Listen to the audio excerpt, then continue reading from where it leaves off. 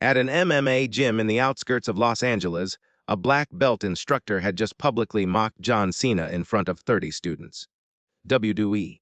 That's circus. That's scripted. That's two guys pretending to fight for kids to watch. He laughed dismissively, challenging the man who had been a 17-time world champion. 2 minutes later, lying flat on his back for the third consecutive time, eyes rolling back from being choked, he finally understood just how gravely mistaken he had been. What no one in that room knew was that John Cena had spent years quietly training in real combat martial arts. Not to prove anything, but for a reason far deeper than that. Get up! Jake Harrison's shout echoed through Iron Wolf MMA Academy as he lightly kicked the shoulder of his opponent who lay gasping on the mat. The throw had been hard enough to silence the entire gym. On the street, you'd already be dead. Tuesday evening. Advanced class in session. And as usual, Jake Harrison was putting on a show. 34 years old, third-degree black belt, former amateur MMA competitor with an undefeated record of 12 fights. Jake was Iron Wolf's pride and joy, at least in his own eyes. He stood in the center of the mat, bare chest glistening with sweat, a wolf tattoo running down his right arm, eyes scanning the students standing in a circle around him. Who's next? His voice carried the confidence of someone who had never known defeat within these four walls. 10 years. 10 years Jake Harrison had dominated every training session at Iron Wolf. 10 years without anyone daring to challenge his position. I said, "Who's next?" A few young students looked down at the floor. No one wanted to be Jake's next punching bag. Mike Thompson, gym owner and head coach, stood in the corner with a troubled expression. He had reminded Jake many times about controlling intensity during training sessions, but the man never listened. His competition record and ability to attract new students made it hard for Mike to put his foot down. The gym door opened. A large man walked in. About 6'1", broad shoulders, muscles bulging beneath a simple gray T-shirt. He walked straight to the reception desk, nodded hello to the staff member, then headed toward the changing room. Most students didn't recognize who he was. No entourage of bodyguards. No cameras. Nothing to indicate that the person who had just walked through the door was one of the most famous entertainers in America. John Cena had been training at Iron Wolf for nearly 4 years. 3 sessions a week when his filming schedule allowed. Always early morning or late evening, when the gym was at its emptiest. This was the only place he could be himself. Not the John Cena of WWE with the intro music and spectacular entrances. Not the Hollywood star of Fast and Furious or Peacemaker. Just a middle-aged man who wanted to sweat, to feel his body, to be challenged in the most authentic way possible. But today he arrived later than usual. A filming session had run long, causing him to miss his familiar quiet time slot. Jake Harrison squinted at the figure walking past. Something familiar. He pulled out his phone, typed a few keywords, then he smiled. "Hey, everyone!" Jakey held up his phone, the screen displaying an image of John Cena in his WWE gear, both hands raised before a crowd of tens of thousands. "Guess who just walked into our gym?" A few students tilted their heads, trying to recognize him. Then someone exclaimed, "John Cena. The you can't see me guy." Whispers spread through the room. "That's right." Jake clapped his hands, his face lighting up like a child who had just found a new toy. "WWE superstar, the greatest performance wrestler of all time." He emphasized the word, performance, with undisguised sarcasm. John emerged from the changing room in well-worn training gear, black shorts and a gray tank top. No WWE logo. No, never give up, or hustle, loyalty, respect, slogans that millions of fans knew so well. He headed toward his usual corner to warm up, but Jake's voice blocked his path. "Hey, John Cena!" The entire gym turned to look. Phones started coming out. Someone had already switched to video mode. John stopped, turned around. His eyes met Jake's. Calm, unsurprised, as if he was used to situations like this. "Hello?" John nodded. "Jake, right? I've seen you training here a few times." "Oh, you know my name!" Jake placed his hand on his chest with exaggerated emotion. What an honor! A WWE superstar knows the name of an unknown MMA fighter. A few students snickered, but most stood still, sensing the atmosphere growing tense. Tell me, Mr. Cena? Jake moved closer, the footsteps of a predator circling its prey. What did WWE teach you? How to fall gracefully. How to pretend it hurts when you get punched. WWE is sports entertainment. John replied, his voice still calm. I've never claimed it was real combat martial arts. Sports entertainment! Jake repeated, spitting out each word as if they smelled foul. A fancy way of saying scripted. Fake. Two muscular guys pretending to fight to sell tickets to children. He turned to the students, his voice louder, like a comedian working up his audience. Do you all know how WWE works? Everything is pre-planned. Who wins, who loses, who gets their arm broken? It's all scripted. The strikes, fake. The blood, fake. The pain, acting. He turned back to John, stepping one step closer. 17. Time world champion, right? 17 scripted wins. 17 times your opponent was ordered to lie down and let you pin them. Impressive stuff?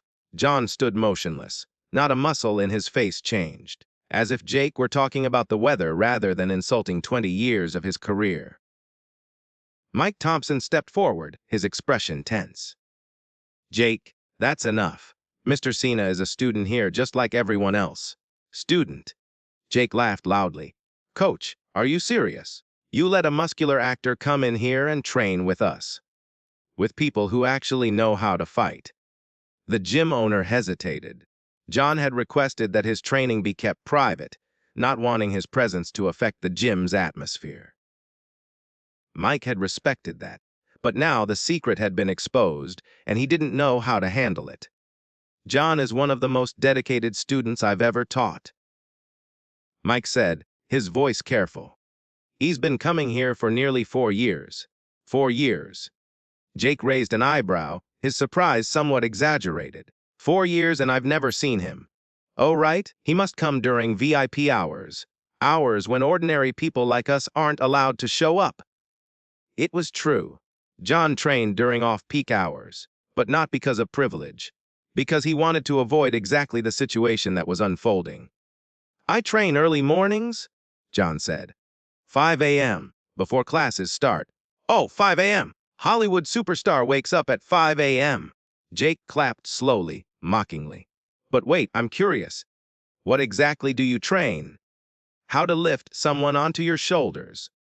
How to throw someone down without actually hurting them. Or how to yell, you can't see me loud enough. He mimicked John Cena's signature gesture, waving his hand in front of his face, and the room erupted in laughter. John didn't laugh, nor did he get angry. He just stood there, calm as a lake surface on an early morning. What do you want, Jake? A simple, direct question. Jake paused, as if the question had broken his performance rhythm. Then the smile returned, wider, more dangerous. What do I want? I want to show my students the difference between someone who actually knows how to fight ball. He placed his hand on his own chest, and a Hollywood performer who only knows how to fall on cue. He pointed toward the mat. 1 round.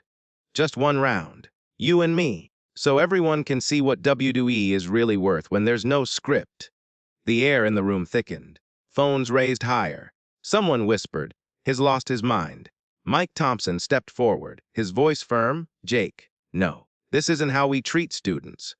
But John had already raised his hand, stopping the gym owner. Fine. A single word, silent as a stone dropping into a lake. Jake blinked. He hadn't expected the answer to come so quickly. Hadn't expected John to agree so easily. You agree? You want 1 round? I'll give you 1 round. John began removing his shirt, revealing the physique that anyone who had watched WWE would recognize. Broad shoulders, thick chest, abs carved from stone. But his skin was also covered with scars that television cameras never showed clearly. Scars from 20 years of impact. Scars from diving off ropes, from crashing onto the mat, from times his body had endured what most ordinary people couldn't imagine.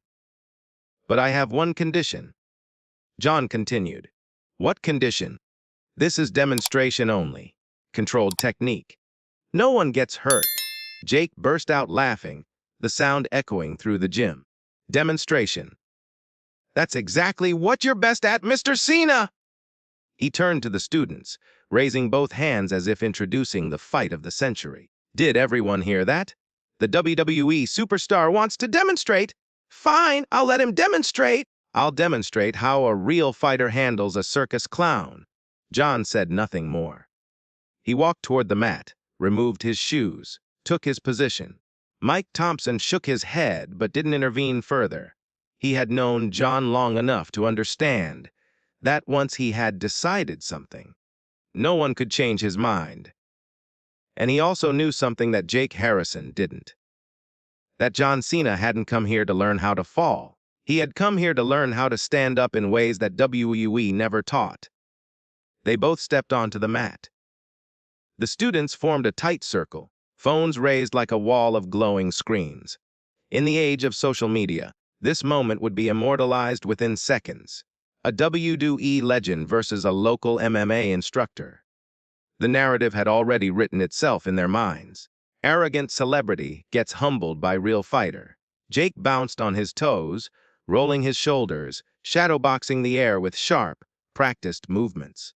Every motion was designed to intimidate, to showcase speed, to remind everyone watching that he had spent a decade perfecting the art of hurting people. John simply stood there, feet shoulder-width apart, hands relaxed at his sides, weight evenly distributed. No fancy footwork, no theatrical warm-up, just stillness. You sure about this, Hollywood? Jake grinned, throwing a few more air punches. Last chance to back out. No shame in admitting you're out of your league. I'm sure. 2 words. Flat, emotionless. Mike Thompson raised his hand between them. 3-minute round. Controlled contact. I stop the action if things get out of hand. He looked at Jake with unmistakable warning in his eyes. Controlled. Understood? Jake waved dismissively. Yeah, I'll be gentle with the movie star. Mike dropped his hand. Begin. Jake exploded forward immediately. A lightning jab aimed directly at John's face. It was his signature opener. The punch that had caught dozens of opponents off guard. The strike that set up everything else in his arsenal. John's head moved 2 inches to the left. The jab sailed past his ear, hitting nothing but air. Jake didn't hesitate. He followed with a cross, then a hook, then another jab. A rapid-fire combination that had won him fights, that had dropped training partners, that had built his reputation as someone whose hands you didn't want to trade with. John slipped, each punch by the smallest possible margin. His head movement was subtle, almost imperceptible. Not the dramatic dodges of action movies, but the economical defense of someone who understood that wasted motion meant wasted energy.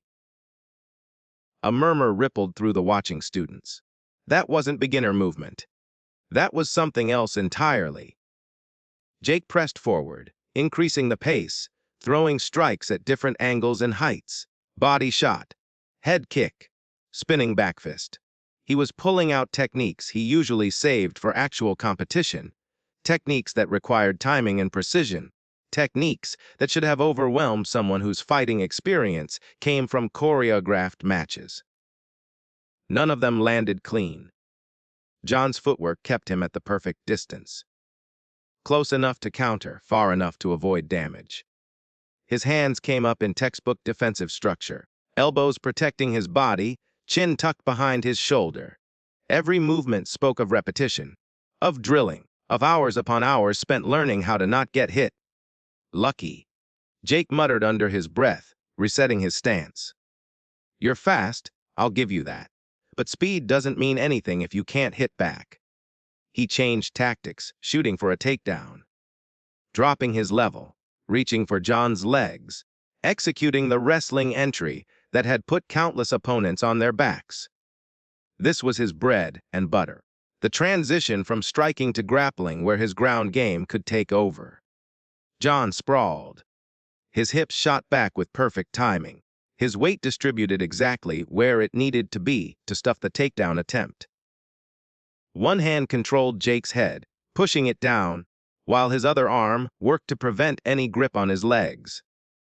The technique was textbook wrestling defense, the kind that required thousands of repetitions to execute under pressure, the kind that couldn't be faked. Jake found himself frozen in a compromised position, bent over, head controlled, unable to advance or retreat. He strained against John's leverage, muscles burning with effort, but the position held firm.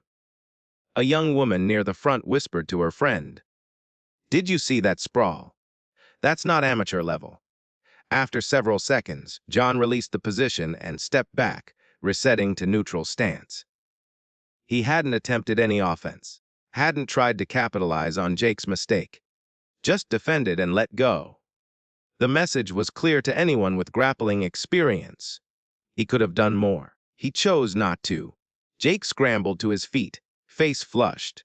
The easy victory he had imagined was evaporating with each passing second. This wasn't how it was supposed to go. The script in his head, WWE fake versus real fighter, was being rewritten in real time. "So you've done some wrestling?" Jake said, his voice carrying an edge that wasn't there before. "Makes sense.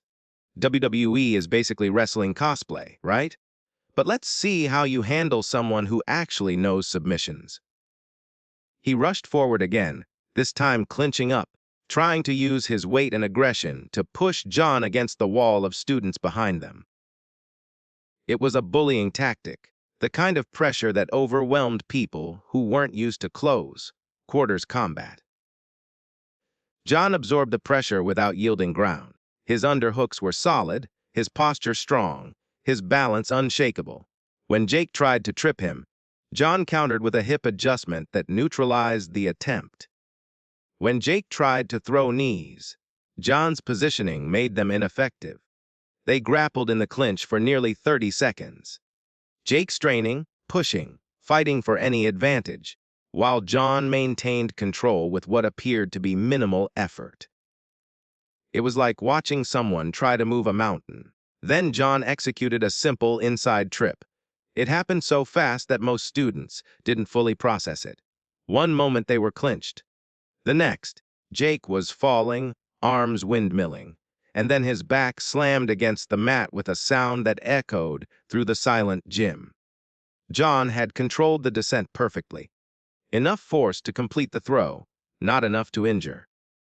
He stood over Jake for a brief moment, then stepped back and offered his hand. Jake slapped the hand away, rolling to his feet with his face burning red. "Lucky sweep. You caught me off balance." But everyone had seen it. The technique had been clean, precise, deliberate. There was nothing lucky about it. A student near Mike Thompson pulled out his phone, typing frantically. His eyes widened at what he found, and he showed the screen to the person next to him. The information spread through whispers. John Cena had trained with legitimate coaches, BJJ under respected instructors, wrestling fundamentals that went far beyond WWE choreography. "I don't need luck," John said quietly. His breathing was barely elevated despite the physical exchange. "And I'm not trying to embarrass you, Jake. You asked for a demonstration. I'm demonstrating."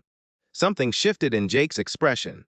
The mocking confidence was cracking, replaced by something harder, darker, the look of a man whose identity was being threatened and didn't know how to handle it.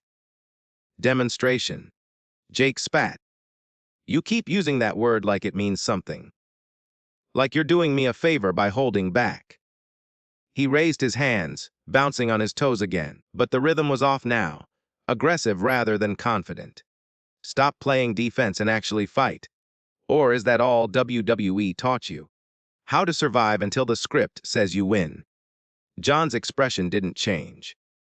"The demonstration continues as long as you want it to, but understand that what I'm showing you is a choice.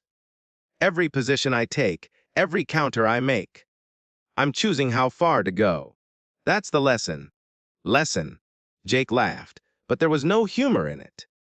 "You think you're teaching me something? You're a performer, an entertainer, a guy who pretends to be tough for cameras. I've spent my entire life learning how to actually hurt people. Don't stand there and tell me you're holding back like you're some kind of He launched forward mid-sentence, a dirty trick meant to catch John off guard. A hard overhand right aimed at the temple, thrown with genuine intent, far beyond what controlled sparring should involve. John's reaction was instantaneous. He ducked under the punch while simultaneously stepping to the side, his hands securing a collar tie before Jake could recover. In one fluid motion, he pulled Jake's head down while stepping through, using momentum and leverage to send Jake airborne. This time, the throw was harder. Jake hit the mat with a grunt, the air driven from his lungs. Before he could process what happened, John had already transitioned to side control, a dominant position that every grappler dreaded. His weight was distributed perfectly, making escape nearly impossible. For 3 seconds, John held the position, long enough for Jake to feel the pressure, long enough for him to understand that he was completely controlled, long enough for every student in the room to recognize what was happening. Then John released and stood up, stepping back once again. "That punch wasn't controlled," John said, his voice carrying clearly through the dead, silent gym. "I hope the next one will be." Jake lay on the mat, chest heaving, staring at the ceiling. The students watched with phones still recording, but the energy had shifted completely. What had started as entertainment, a celebrity getting put in his place, had become something else entirely. A lesson, just not the one anyone expected. Mike Thompson moved to end the session, but Jake was already pushing himself up, his eyes fixed on John with an intensity that had nothing to do with friendly sparring anymore. "We're not done," Jake said through gritted teeth. "Not even close." Jake rose to his feet slowly, his chest still heaving. The students remained frozen in their circle, phones capturing every second. The atmosphere had transformed from entertainment into something far more uncomfortable. The slow unraveling of a man's ego in real time. "You got lucky," Jake said, but his voice lacked conviction. "Caught me with a counter. That's all. Doesn't mean anything."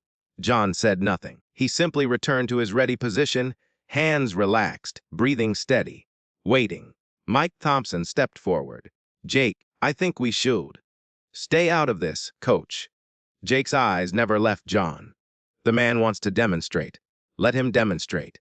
He attacked again. But his approach had changed. Gone was the controlled aggression of a seasoned competitor. This was desperation wearing the mask of determination. His combinations were wider, more committed, easier to read. John moved like water around stone. Every strike Jake threw found empty air. Every attempt to clinch was redirected. Every takedown shot was stuffed before it could develop momentum. A minute passed. Then another. Jake was breathing hard now, sweat dripping from his chin, while John appeared almost bored. The disparity was becoming undeniable. "Fight back," Jake growled between breaths. "Stop running and actually fight." "I am fighting," John replied calmly. "Just not the way you want me to." The statement hung in the air. Several students exchanged confused glances. What did that mean? He was clearly winning. Why not finish it? Jake lunged forward with renewed fury, throwing a wild haymaker that carried every ounce of his frustration. John ducked beneath it, secured double underhooks, and executed a textbook hip throw that sent Jake crashing to the mat for the 4th time. But this time, John followed him down. The transition was seamless. Side control to mount to back control in a matter of seconds. John's legs hooked around Jake's hips while his arm snaked under Jake's chin, positioning for a rear naked choke. The most dominant position in all of grappling. The position from which there was no escape once fully locked. Jake felt the arm tighten around his neck, not enough to cut off blood flow. Not enough to put him to sleep. Just enough pressure to make the message absolutely clear. "I could finish this," John said quietly, his voice inches from Jake's ear. "Right now." "You know that?" Jakey's body went rigid. The students watched in stunned silence as the man who had dominated Iron Wolf for a decade lay helpless, completely controlled by someone he had dismissed as a fake. "But I'm not going to," John continued. Because this was never about winning or losing. It was about showing you something. Do you understand yet? He held the position for 3 more seconds. An eternity in grappling time, long enough for Jake to feel his own mortality, to understand in his bones that he was alive only because someone else chose to let him be. Then John released. Completely, he stood up, stepped back, and extended his hand. This time, Jake took it. The grip was weak, almost mechanical, as John pulled him to his feet. Jake stood there swaying slightly, his face a battlefield of conflicting emotions. Humiliation, confusion, and something else. Something that looked almost like curiosity. "I don't understand," Jake finally said, his voice stripped of its earlier bravado. "You had me. Multiple times. You could have choked me out. Could have made me tap. Why didn't you?" John walked to the edge of the mat and picked up a towel, wiping his face before answering. "You challenged me because you wanted to prove something. That WWE is fake. That I don't know how to really fight. That everything I've accomplished means nothing outside of a scripted arena." He turned back to face Jake directly. "You're partially right. WWE is entertainment. The outcomes are predetermined. The storylines are written by creative teams. When I won those 17 championships, I won because someone decided I should win." A murmur passed through the students. They hadn't expected him to admit it so openly. "But here's what you don't understand," John continued. "The physicality is real. The training is real. The injuries are real.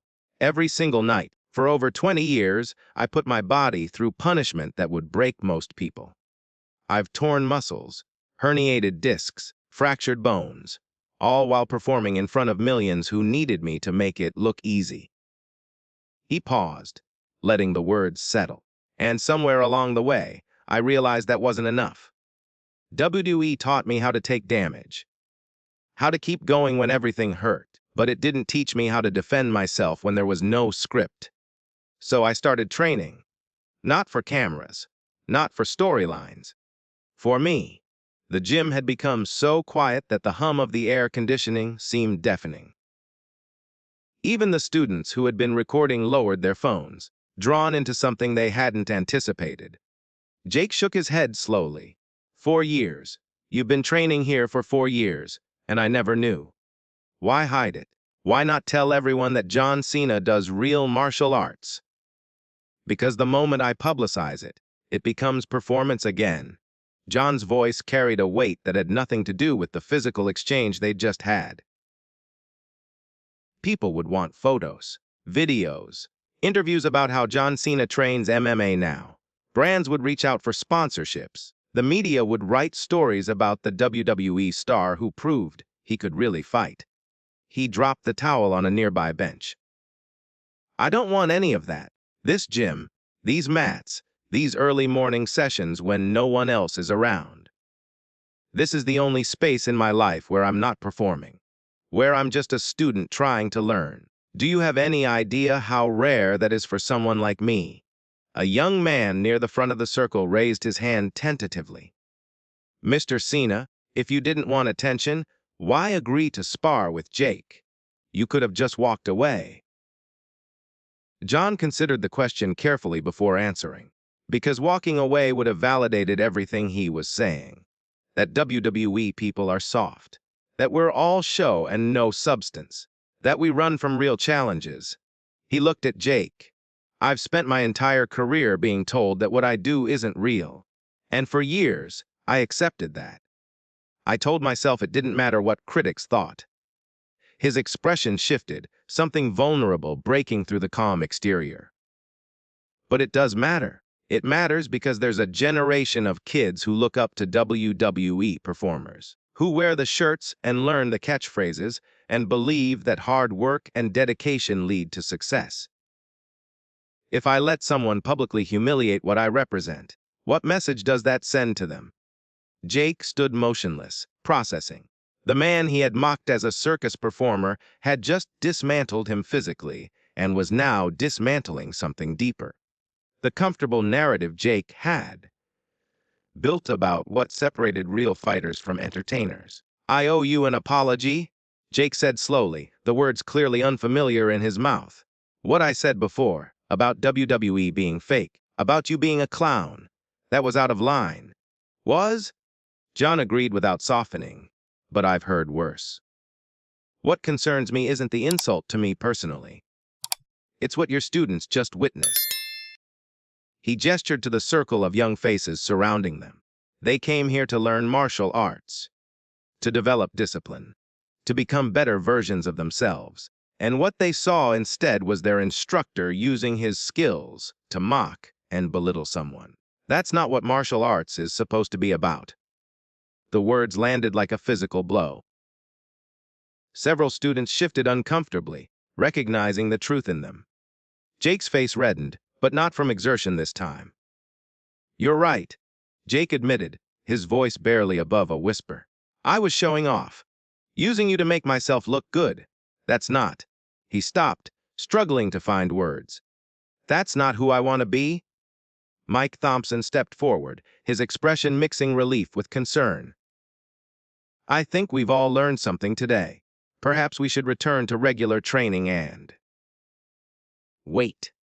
The voice came from a young woman in her 20s, standing near the edge of the circle. She had been watching the entire exchange with an intensity that went beyond casual interest. Mr. Cena, you said this gym is the one place you're not performing. But everything you just did, the way you fought, the way you controlled each position and then let go, that felt like a performance too. Like you were trying to teach Jake something specific. John turned to face her fully, and for the first time since entering the gym, something like genuine emotion crossed his features. What's your name? Sarah? Sarah? He nodded slowly. You're observant. Most people wouldn't have noticed that. So I'm right. You were performing. John was silent for a long moment. The gym seemed to hold its breath. There's a difference, he finally said, between performing for ego and demonstrating a principle. What I showed Jake wasn't about proving I'm better than him. It was about showing him, showing all of you, that true strength isn't measured by how much damage you can inflict. He walked to the center of the mat, his presence commanding attention without demanding it. Every time I had Jake in a dominant position, I released him. Every time I could have caused pain, I chose restraint, not because I'm merciful or kind, but because that's what real power looks like. The ability to destroy, combined with the wisdom not to. Sarah pressed further. But where did you learn that? That's not something they teach in most gyms. That's philosophy. John's eyes grew distant, as if looking at something far beyond the walls of Iron Wolf Academy. That's a longer story, he said quietly, and not one I usually share. We have time, Jake said unexpectedly. His voice had lost all its earlier aggression, replaced by something that sounded almost like humility. I think. He glanced around at his students, at the phones that had long since stopped recording, at the faces watching with rapt attention. I think we all need to hear it. John looked at Mike Thompson, who nodded slowly. Then he looked at the circle of students, at Jake, at Sarah, who had asked the question that cut to the heart of everything. All right, he said, but understand, what I'm about to tell you isn't something I've shared publicly. This isn't for social media. This isn't for content. This is just the truth about why I train the way I train.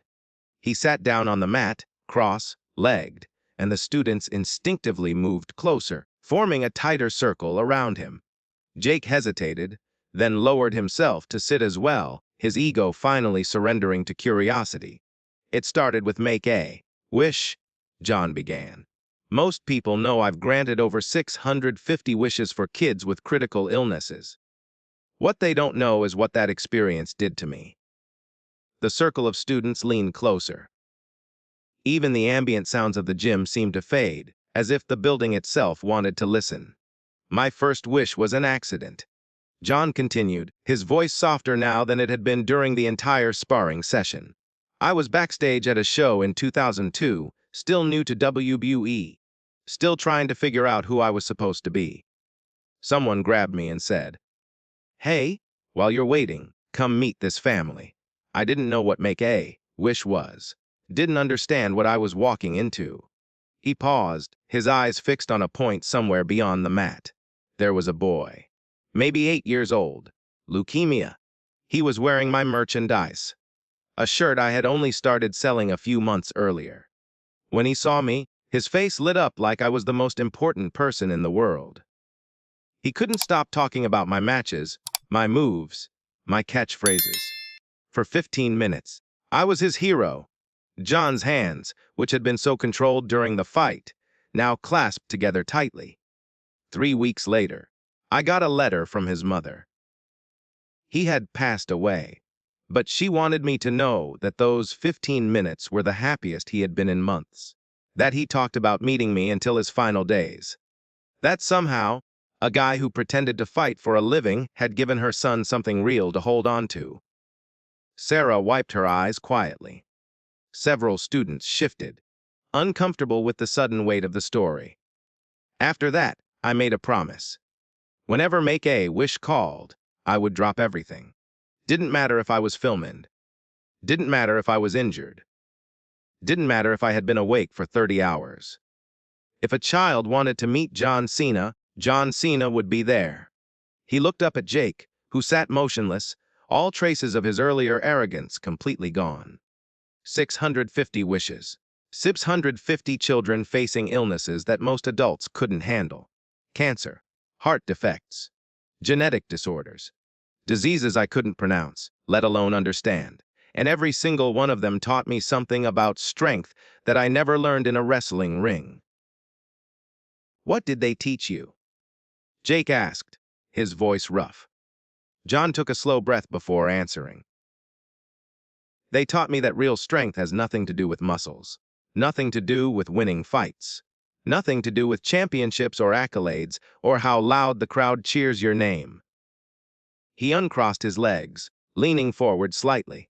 I met a girl once, 12 years old, brain tumor. The doctors had given her weeks to live. When I walked into her hospital room, she was hooked up to machines, barely able to move. But she smiled at me. This huge, radiant smile, and she said, "Mr. Cena, thank you for coming. I know you're really busy." His voice cracked slightly on the last words. She was dying, literally dying, and her concern was that I might be inconvenienced. That's when I understood. Strength isn't about what you can do to others. It's about what you can endure while still thinking of others. That little girl had more strength in her failing body than I had ever possessed in my entire career. The gym was utterly silent. No one moved. No one breathed loudly enough to break the spell. I started training differently after that. Not to become a better fighter, not to win more matches, but to understand what it meant to have power and choose how to use it. Every time I step on these mats, every time I drill a submission or practice a throw, I'm asking myself the same question. Am I becoming someone who uses strength to help or someone who uses strength to hurt? He looked around the circle, meeting eyes with each student in turn. Tonight, when Jake challenged me, I could have embarrassed him, could have choked him unconscious in front of his own students, could have broken his arm to prove a point. I had the ability, the opportunity, the justification, even. He was disrespectful, aggressive, threw punches that could have injured me. His gaze settled on Jake. But what would that have accomplished? Another ego feeding on another ego. Another demonstration that the strongest person in the room is the one who hurts people most effectively. That's not the lesson those kids taught me. That's the opposite of what they taught me. Jake's jaw tightened. I've spent 10 years teaching people how to fight, how to win, how to dominate their opponents. He looked down at his hands as if seeing them for the first time. I never once thought about whether I was teaching them to be better people. That's the trap most martial artists fall into, John replied.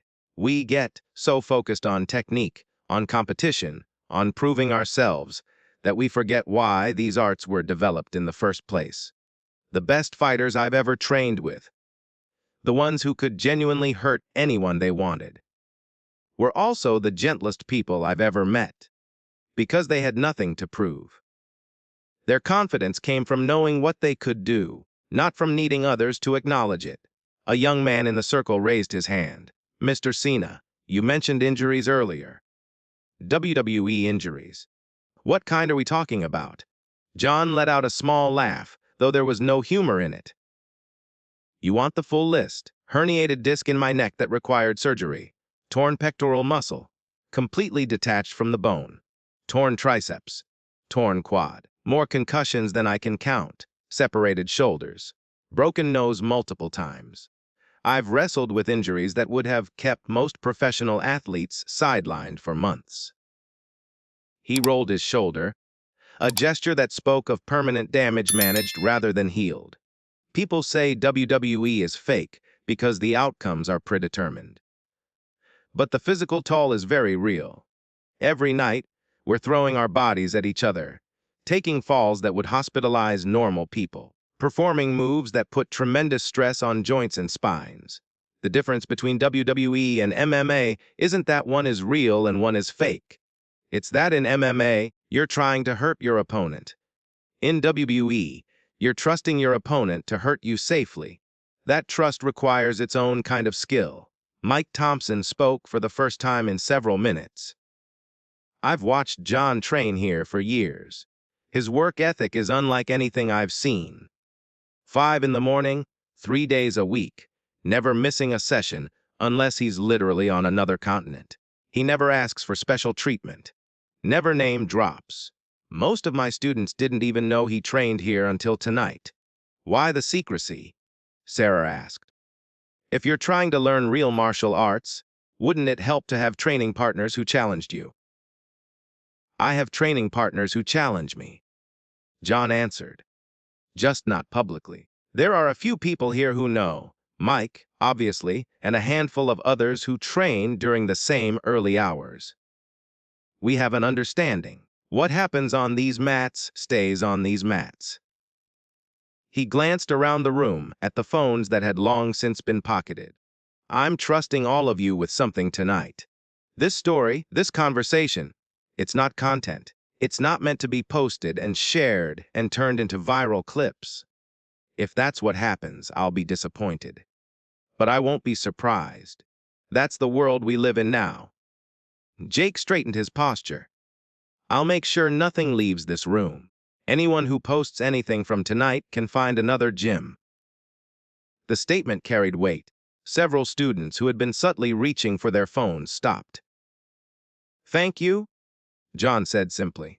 But that's not why I'm sharing this. I'm sharing it because you asked a genuine question, and you deserve a genuine answer.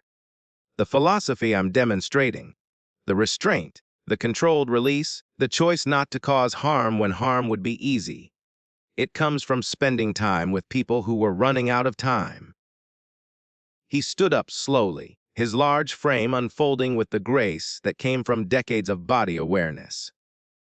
When you sit with a dying child, when you watch parents trying to hold themselves together while their world falls apart, when you see how precious and fragile life actually is, you start to question everything you thought was important. Championships, fame, proving you're the toughest guy in the room. All of it becomes meaningless noise. He walked toward the heavy bag in the corner of the gym, placing one hand against its worn surface. The only thing that matters is what you do with the time and the ability you've been given. Do you use it to tear people down? To feed your ego? To demonstrate superiority? Or do you use it to lift people up? To inspire them? To show them that strength and kindness aren't opposites? That the strongest thing a powerful person can do is choose gentleness? Jake rose to his feet as well, his movements slow and deliberate. I owe my students an apology. Not just for tonight, but for years of teaching them the wrong lessons. I've been so focused on winning that I forgot what we're supposed to be building. John turned to face him. You haven't taught them wrong lessons. You've taught them effective techniques. That foundation matters. What was missing wasn't the what. It was the why. Now you have an opportunity to add that dimension to their training. How? Jake's voice carried genuine uncertainty. How do I teach something I'm only now starting to understand? Start by being honest. Tell them what happened tonight. Tell them that you challenged someone, got humbled, and learned something from it. Vulnerability isn't weakness. It's the foundation of real growth. Your students don't need you to be perfect. They need you to be authentic. Sarah stood up, her voice cutting through the heavy atmosphere. Mr. Cena, you said those children taught you about real strength. But what about you? What kept you going back, wish after wish, knowing that most of those kids wouldn't make it? Wasn't that, emotionally, how did you handle it? The question landed in the silence like a stone in still water. John was quiet for a long moment. When he spoke, his voice was barely above a whisper. I didn't handle it. Not well.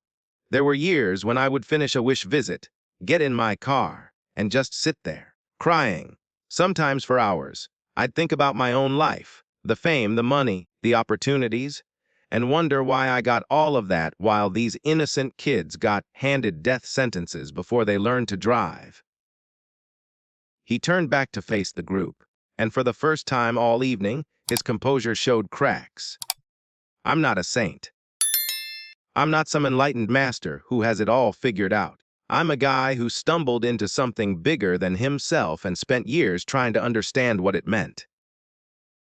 The philosophy I talked about, the restraint, the controlled power, the choice to help rather than harm, that's not something I perfected. It's something I practice every single day. And some days, I fail at it. He walked back toward the mat, toward Jake, toward the students who had witnessed something far deeper than a sparring match. What I'm trying to tell all of you is that martial arts, real martial arts, isn't about being the best. It's about becoming better. Better than you were yesterday. Better at controlling yourself. Better at understanding when to fight and when to walk away. Better at using your abilities to make the world slightly less broken than you found it. Jake extended his hand. This time, there was no challenge in the gesture, no ego, just respect. John took it. Thank you, Jake said quietly, for not destroying me when you could have, and for explaining why. Thank me by becoming the instructor your students deserve. By teaching them that the mat is practice for life, not just competition. By showing them that the most dangerous person in any room is the one who has nothing to prove. Their hands separated, and something had shifted in the gym that would never shift back. The handshake seemed to break something open in the room. The invisible wall that had separated teacher from students, celebrity from ordinary people, dissolved in that moment. A young man in his early 20s stepped forward. His name was Marcus, and he had been training at Iron Wolf for 3 years. His voice trembled slightly as he spoke. Mr. Cena, I need to tell you something. My younger brother died 2 years ago. Car accident. He was 17.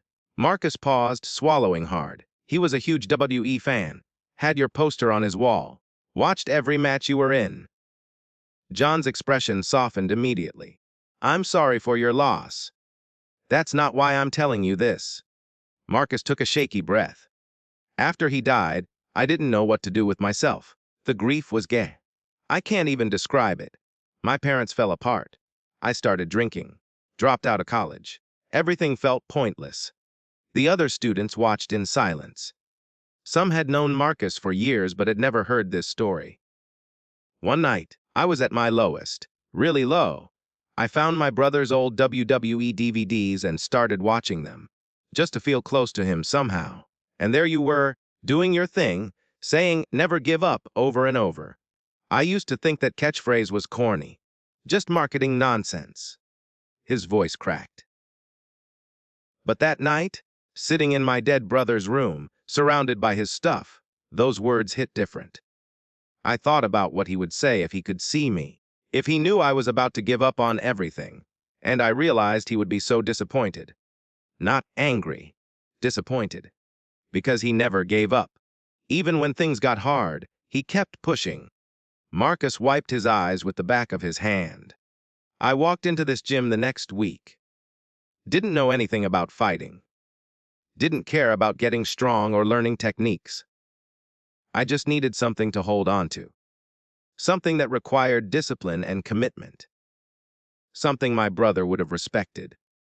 John walked over to Marcus and placed a hand on his shoulder. What was his name? Tyler. Tyler would be proud of you, Marcus. Not because you can throw a punch or defend a takedown, but because you chose to keep going when everything in you wanted to stop. That's the only thing that matters. The words released something in Marcus that he had been holding for years. Tears streamed down his face as other students moved closer, some reaching out to touch his arm, his back, offering silent support. I didn't know, Jake said quietly, standing nearby.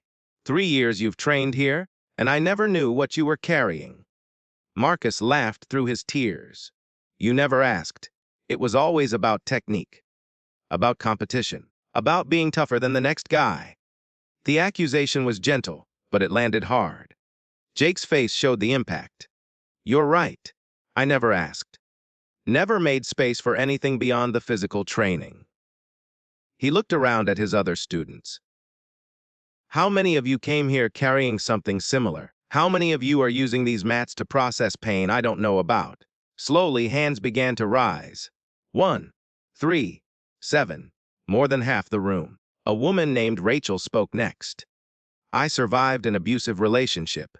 5 years with someone who made me feel worthless. When I finally got out, I promised myself I would never feel powerless again. That's why I train. An older man named David followed. My son has autism. Severe. He'll never live independently.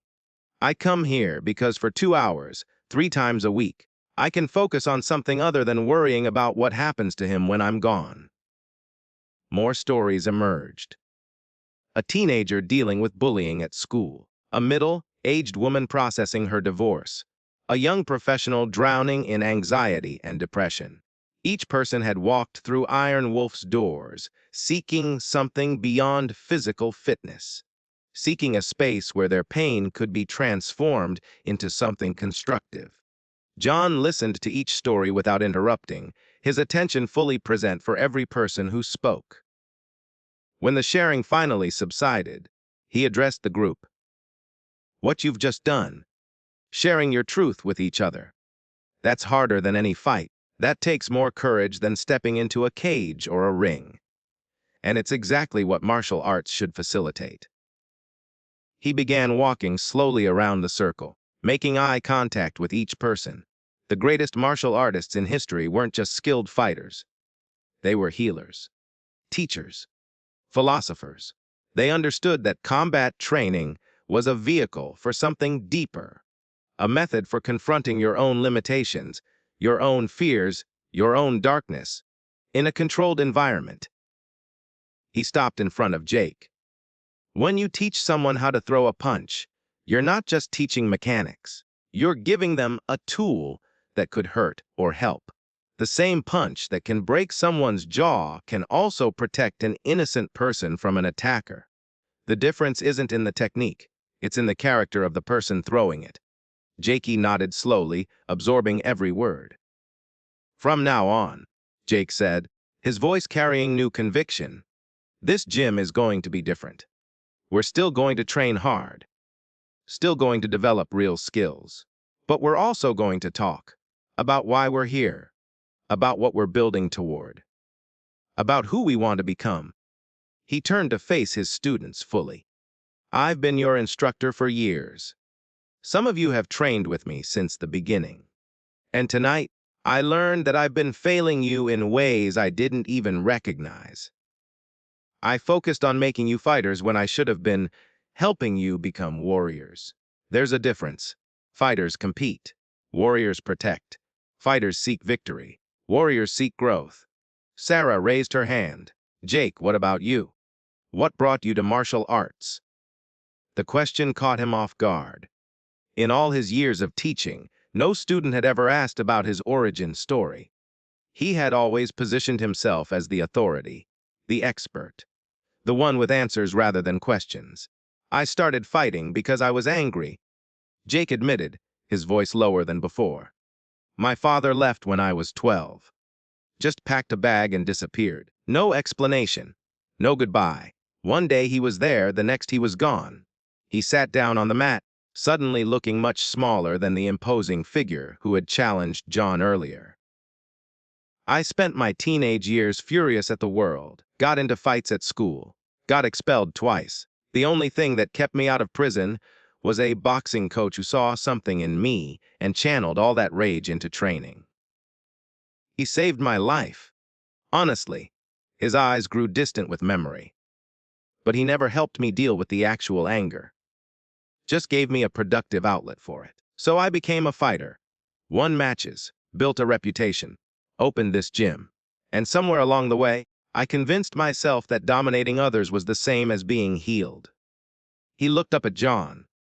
It wasn't until tonight, until I was lying on that mat, completely controlled, forced to acknowledge that someone could destroy me, but chose not to, that I realized I've been running from my pain instead of processing it.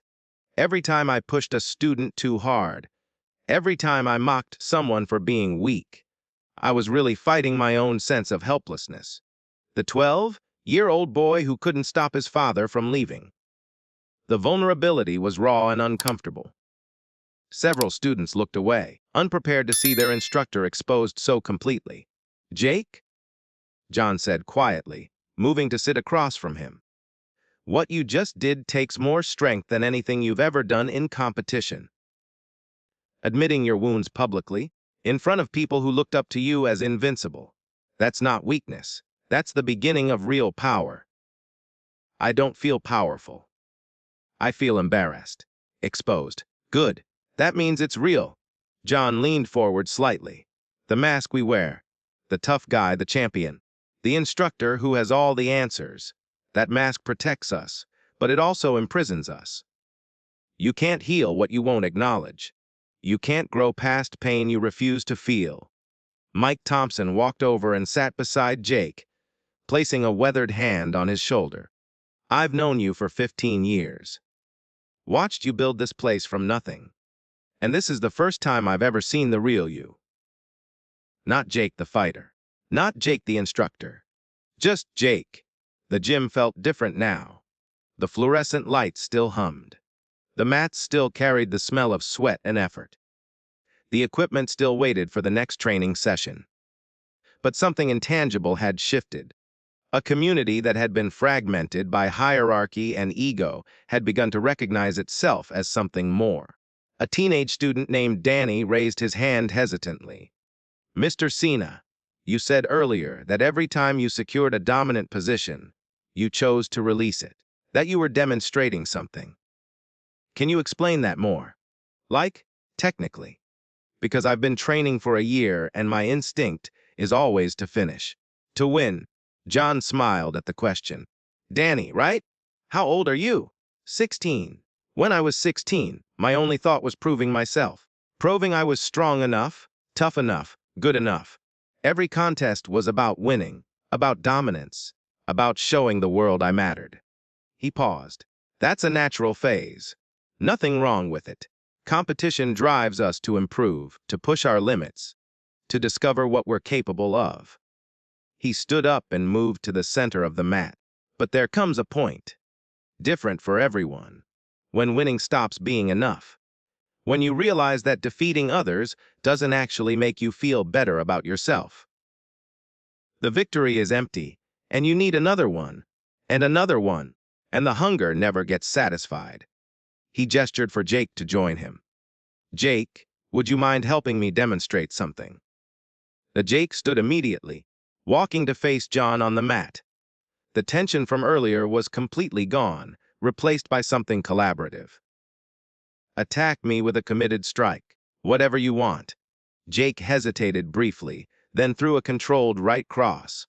John slipped the punch, secured a clinch, and within 2 seconds had Jake in a position where a hip throw was inevitable. Right here, I have complete control. I can throw him hard, follow him down, take a dominant position, and submit him. That's the standard approach. That's what competition rewards. He held the position, letting everyone see the mechanics. But what if I do this instead? He adjusted his grip slightly, and instead of throwing Jake, he guided him through a gentle balance that brought them both safely to the mat in a controlled manner. Jake ended up on his back, but without impact, without damage. Same position of dominance, but I achieved it without causing harm. Jake is controlled, but he's not hurt. If this were a real threat situation, someone attacking me on the street, I could have escalated appropriately. But because it's training, because he's a partner rather than an enemy, I chose the path that preserved his safety while still demonstrating my capability.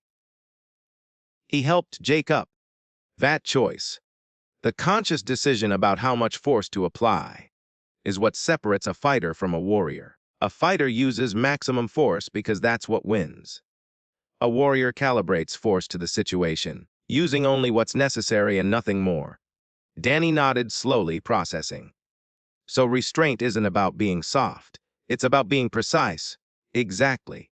The most dangerous people I know are surgical. They can hurt you badly if needed, but they can also control you gently. That range, from maximum force to minimum force and everything in between, that's mastery. That's what all of you should be working toward. The lesson hung in the air, settling into minds that had been taught to equate strength with aggression. Rachel raised her hand. Mr. Cena, will you come back? Not to spar, but to teach. What you've shared tonight. The philosophy, the approach. We need more of it. John considered the request carefully. My schedule makes regular teaching impossible. Filming, appearances, obligations I can't control. But, he looked at Mike Thompson. I could commit to quarterly sessions. Once every 3 months, I come in and we work on the principles rather than just techniques. Not as a celebrity appearance. As a training partner. Mike nodded immediately. Wu would be honored. There's a condition. John's voice carried seriousness. What happened tonight stays in this room. No social media posts. No interviews about how John Cena trains at Iron Wolf. No monetizing this connection. The moment this becomes public, I disappear. Understood. Every head in the room nodded. Jake stepped forward. I'll personally ensure it. Anyone who violates that trust answers to me. I appreciate that, but I'm hoping the reason people stay quiet isn't fear of consequences. It's respect for what we're building here. Fear produces compliance. Respect produces loyalty. The distinction landed with weight. Jake filed it away as another lesson he had never considered. Before I go, John said, walking toward his bag, I want to leave you all with something. A story I heard years ago that changed how I think about martial arts. He paused, gathering his thoughts. There was an old master in Japan, centuries ago, who was known as the greatest swordsman of his generation. People traveled from distant provinces just to watch him train. One day, a young samurai arrived at his dojo and demanded a demonstration. He wanted to see the famous techniques that had made this master legendary. The students settled into listening postures, drawn into the narrative. The master agreed. He asked the young samurai to attack with full intent, holding nothing back. The samurai drew his sword and launched himself forward with everything he had: speed, power, killing intent. The attack was flawless. John's voice dropped slightly. The master didn't move. Not an inch. The samurai's blade stopped a hair's width from the master's neck. Just stopped. The young man stood there, frozen, unable to complete the strike. After a long moment, the master gently pushed the blade aside and said, "That is the technique you came to see." Confusion rippled through the group. Danny spoke first. "I don't understand. He didn't do anything." That's what the young samurai said. And the master replied, "I did everything. I showed you complete peace in the face of death. I demonstrated certainty so absolute that your own conviction wavered. I defeated you without moving because your attack required my fear to have power, and I gave you none." John let the silence stretch. The lesson isn't about physical technique. It's about internal state. The master had trained so completely, for so many years, that his mind couldn't be disturbed by threat, not through arrogance or denial, through genuine peace. He had made friends with the possibility of death, and that friendship made him invincible in a way no technique could match. Jake exhaled slowly. That's what you showed me tonight.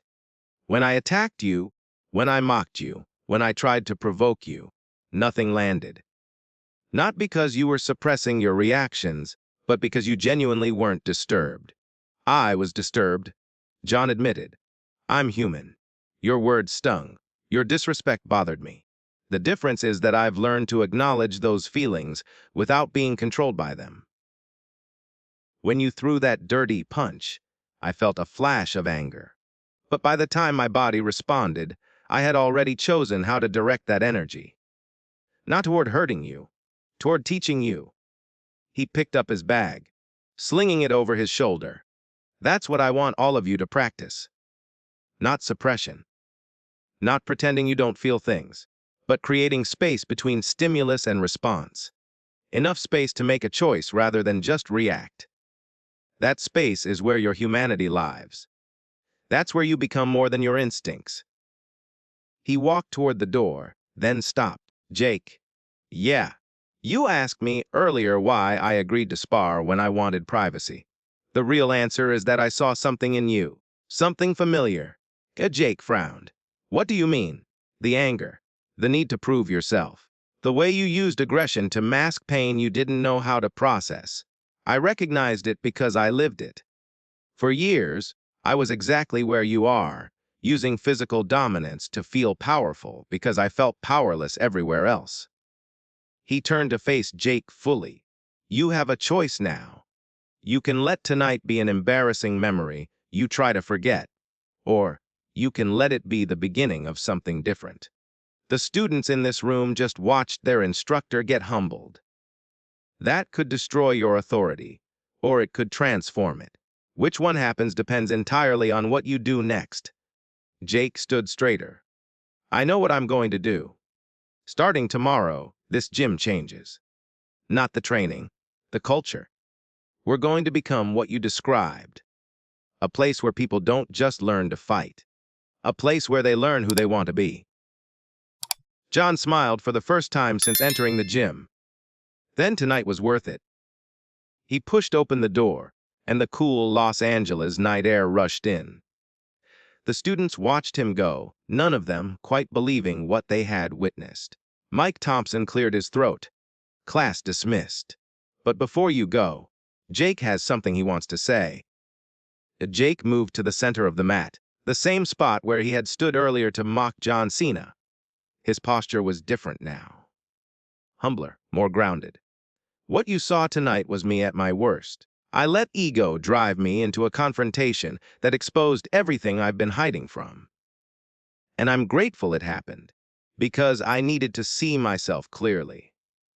He looked around at the faces of students who had trusted him with their training, their money, their time.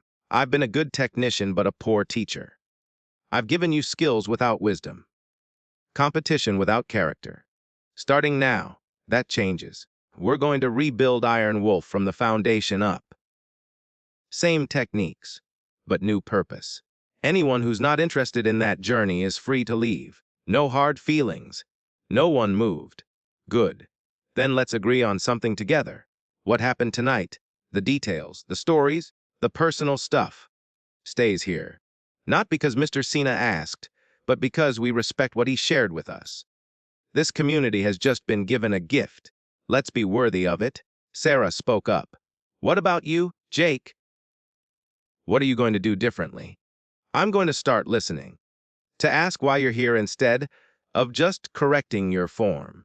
I'm going to share my own struggles instead of pretending I have all the answers. And when I feel the urge to dominate or humiliate someone.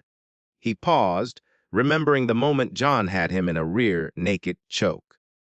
I'm going to remember what real strength looks like. And it doesn't look like what I was doing.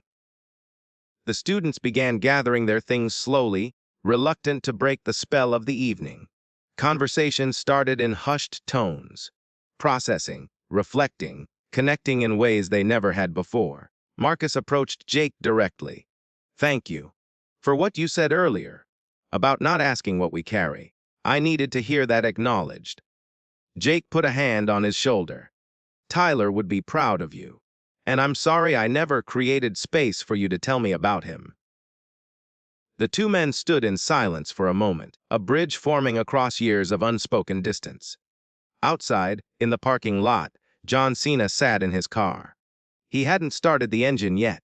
Through the gym's windows, he could see the students talking, hugging, connecting. Jake moving from person to person, engaging differently than he probably ever had before. His phone buzzed. A text from his manager about tomorrow's schedule. Another appearance, another interview, another performance. But for now, in this quiet moment, John allowed himself to feel something he rarely felt in his public life: hope. Hope that the evening had planted seeds that would grow into something meaningful. Hope that Jake would follow through on his commitments. Hope that the students who had shared their pain would find healing on those mats. He thought about the children he had visited through Make A Wish, the ones who didn't make it, the ones whose time had been measured in weeks or months rather than years. They had taught him that legacy wasn't about championships or box office numbers. It was about the ripples you created in other people's lives. Tonight, he had created a ripple. He started the car and pulled out of the parking lot, disappearing into the Los Angeles night. Tomorrow, he would be John Cena again, the celebrity, the entertainer, the man everyone thought they knew. But tonight, he had been something else. A teacher, a student, a human being who had turned confrontation into connection, hostility into healing, and a cocky black belts challenge into a lesson that would echo through that gym for years to come. And it all started because Jake Harrison asked John Cena to spar, just for fun. He never imagined he was challenging someone who had spent years learning exactly what his Make A Wish children had taught him. That true strength isn't measured by how hard you can hit. It's measured by how gently you can hold power you never need to prove. Thank you for following this story. Let us know in the comments below if this story has moved you and you'd like to stand with us in bringing more voices of truth and hope to light. Please consider supporting our work. Even the smallest gift helps us continue creating and sharing these powerful stories. You can find the donate link in the description. And of course, don't forget to subscribe so you won't miss the next chapter we're preparing for you.